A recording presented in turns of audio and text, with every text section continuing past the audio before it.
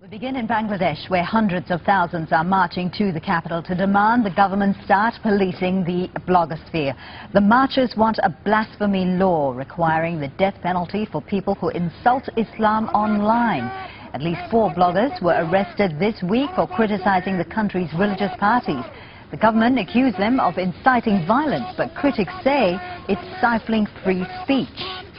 The protests come after weeks of unrest rooted in Bangladesh's battle for independence. Now, the country broke away from Pakistan in 1971.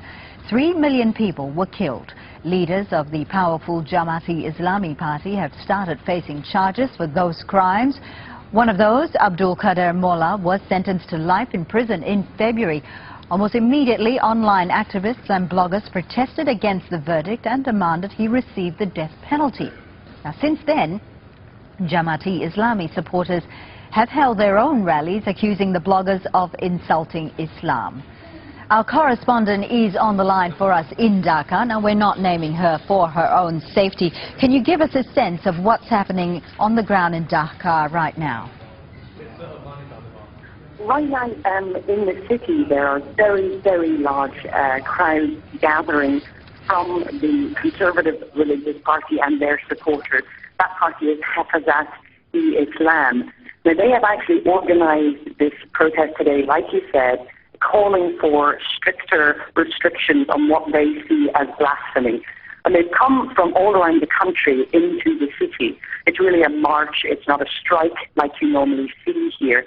So far, it seems to be peaceful. We've heard of one death has been confirmed, and that was last night when there was a fight between supporters of the Hafazat-e-Islam party and the ruling Awami League. One Awami League activist was killed.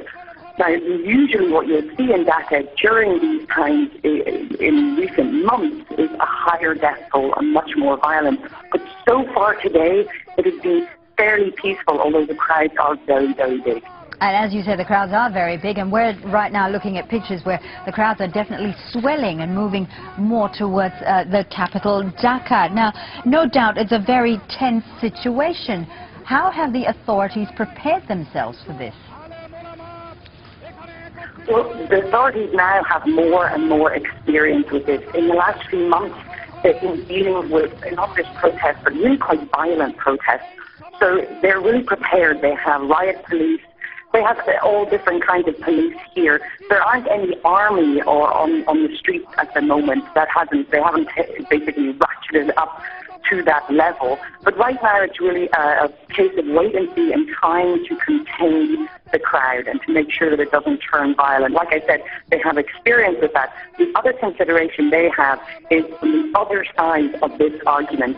There are also protesters who are saying that they want what they see as extreme Islamism, very conservative parties to be banned, and those people are calling for more secular politics here, and they are also protesting. So, of course, the government and the security forces here will be keen to keep the two sides apart.